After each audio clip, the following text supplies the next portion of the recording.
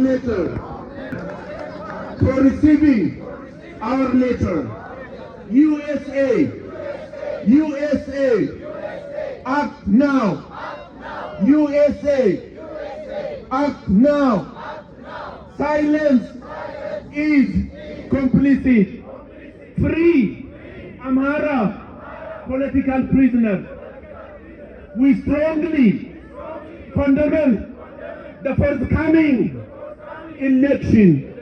No peace, no election. No freedom, no election. No election during war. Stop killing the Amhara people. መንጌ በጣም እናመሰግናለን። ያው እንግዲህ ቅድም እንደነገርኳችሁ ይሄ ደብዳቤ ለብዙ ሰው ተበትኗል። በቀጥታ ለነሱም ተልኮላቸው ነበር፣ ግን አሁን ደግሞ በአካል መጣው ተቀብለዋል። አቤቱታችን ማለት ነው። ግን የአማራ ህዝብ መሳሳት የሌለባችሁ ስፔሻሊ የአማራ ይሄ ምርጫው ግዴታ ነው። የአማራ ህዝብ ግን የራሱን እድል በራስ ለመወሰን በልጆቹ እየታገለ ነው።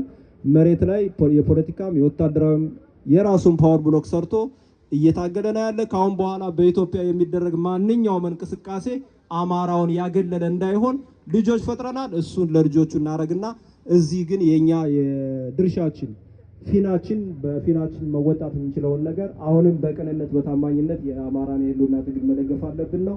ከዚህ በመቀጠል ዶክተር ሸዋፈራው አጠር ያለ ንግግር ያቀርቡልናል። አስተማሪ ነው፣ አነቃቂ ነው። እሳቸው ከተናገሩ በኋላ ትንሽ መፈክር አሰምተን እንለያያለን ማለት ነው። ሰልፎቻችን በጣም አጭርና ውጤታማ እንዲሆኑ በሰዓት እንገኝ። ለሚቀጥለው ሰልፍ እናመሰግናለን።